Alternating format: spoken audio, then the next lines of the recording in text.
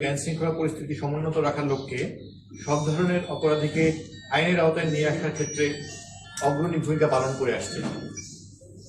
সন্ত্রাসী, সংঘবদ্ধ অপরাধী, ছিনতাইকারী, মাদক ব্যবসায়ী, খুন, ধর্ষণ, চুরি, ডাকাতি এবং অপহরণ সহ বিভিন্ন চাঞ্চল্যকর মামলার আসামি গ্রেফতারে র্যাব নিয়মিত অভিযান পরিচালনা করে আসছে।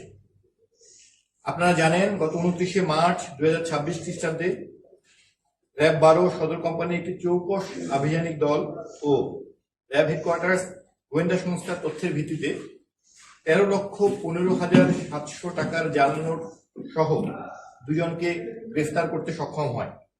পরবর্তীতে আসামিদ্বয়কে জিজ্ঞাসাবাদ করে তাদের দেয়া তথ্য মতে গত 31শে মার্চ 2026 দুপুর 3:20 ঘটিকায় রংপুর জেলার গঙ্গাচড়া থানাধীন চ্যাংমারি শাকিনস্থ মোহাম্মদ রুবেল মিয়া পিতা মোহাম্মদ সেকেন্দার আলী সাং দক্ষিণ চ্যাংমারি থানা গঙ্গাচড়া জেলা রংপুর এর বাসা থেকে একটি অভিযান পরিচালনা করে 1,92,500 টাকার জাল নোট ও জাল নোট তৈরির সকল সরঞ্জাম সহ গ্রেফতার করতে সক্ষম হয়।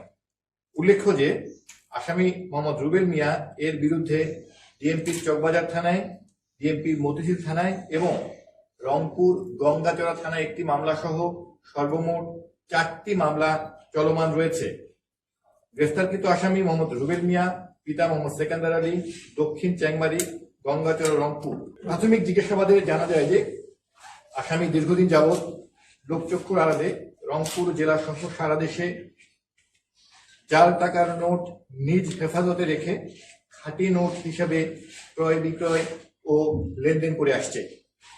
গ্রেফতারকৃত আসামির বিরুদ্ধে আইনগত ব্যবস্থা প্রক্রিয়াধীন।